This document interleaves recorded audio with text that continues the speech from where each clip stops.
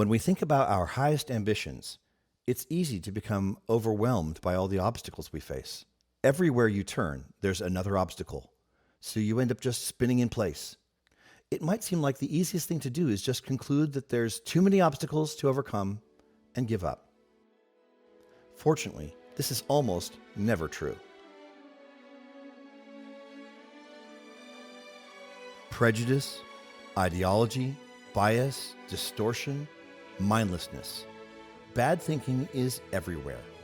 The world needs heroes to lead the way to better, higher, more valuable ways of thinking.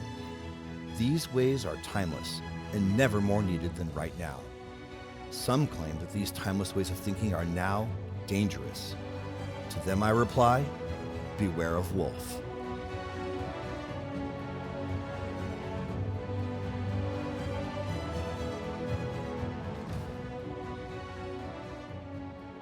What's holding you back from what you truly want?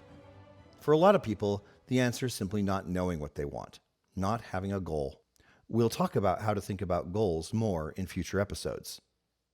For the moment, let's assume you know what you want, like the kid in my previous episode who said he wanted to be a film director.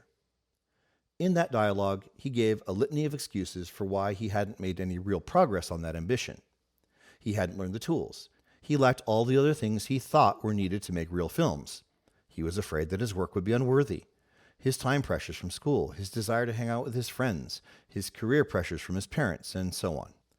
The first encouraging thing to remember in such situations is that no matter how far you think you are from your goal, every single step you can take towards it is just that, a step in the right direction. And there's always something you can do to move closer to your goal. Figuring out what the best steps that you can take is the real challenge. And in the next few minutes, I'm going to show you how to do just that. My software, Flying Logic, is used by businesses and the consultants and trainers who work with them to identify and create strategies to deal with deep, complex problems. One of the interesting things about complex systems like businesses is that it almost always boils down to a single factor called the constraint that needs to be managed to improve how the whole system functions. Your life is also a complex system. You've got work or school, family, friends, hobbies, health, and all that going on simultaneously. You can't just stop all but one of them to focus on one thing.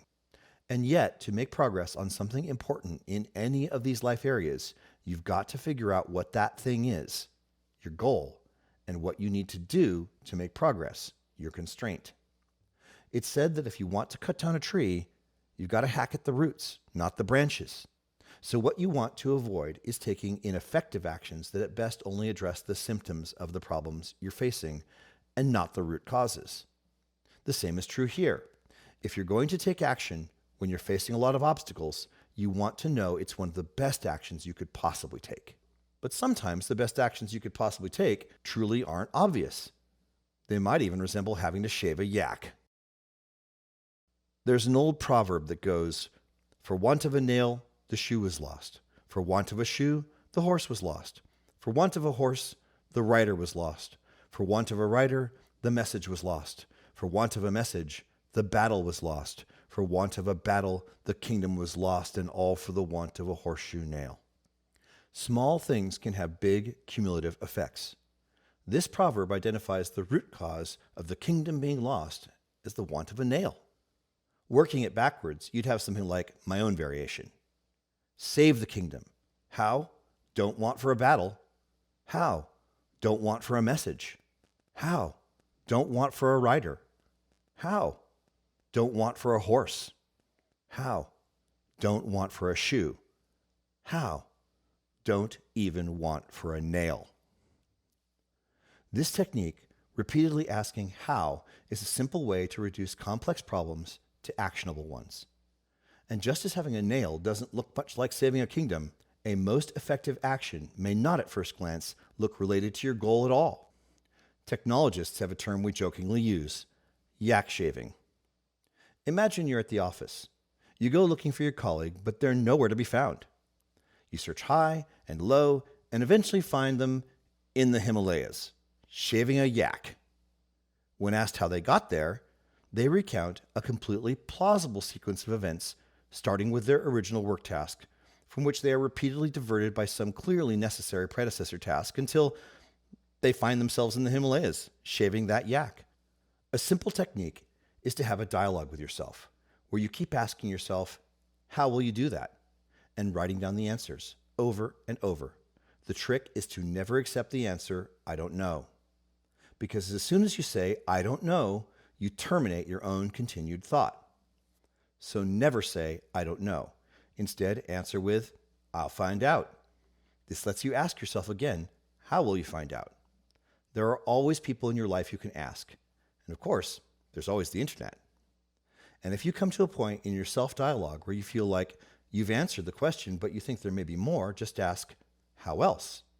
The purpose of this self-dialogue is to reach a set of simple, actionable steps, even if the ones you can actually do right now seem like yak shaving.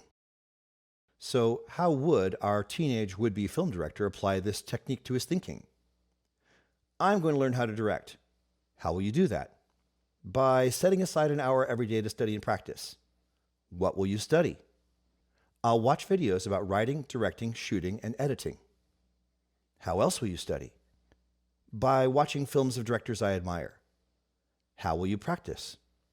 By making and publishing simple short films that I don't need people to love because they're just practice. How will you have all the time to do that? I'll get up early and do my study first thing in the morning. I'll practice making videos on the weekends. How will you have the energy to get up early? I'll get to bed earlier most nights. How will you get more time on the weekends? On the weekends, I'll stop spending all day playing video games. How will you get more time? I'll spend less time with my friends in the afternoons. How will you do that? I'll let them know this is important to me. If they're really my friends, they'll support me. I might even ask them to act in some of my short films. How will you get actors if your friends aren't serious about helping you? I'll talk to the teacher of the drama class at school and ask her to help me find actors for my films. And so on. This technique also gives you practice in affirming that you can and will be successful at making progress toward your goals.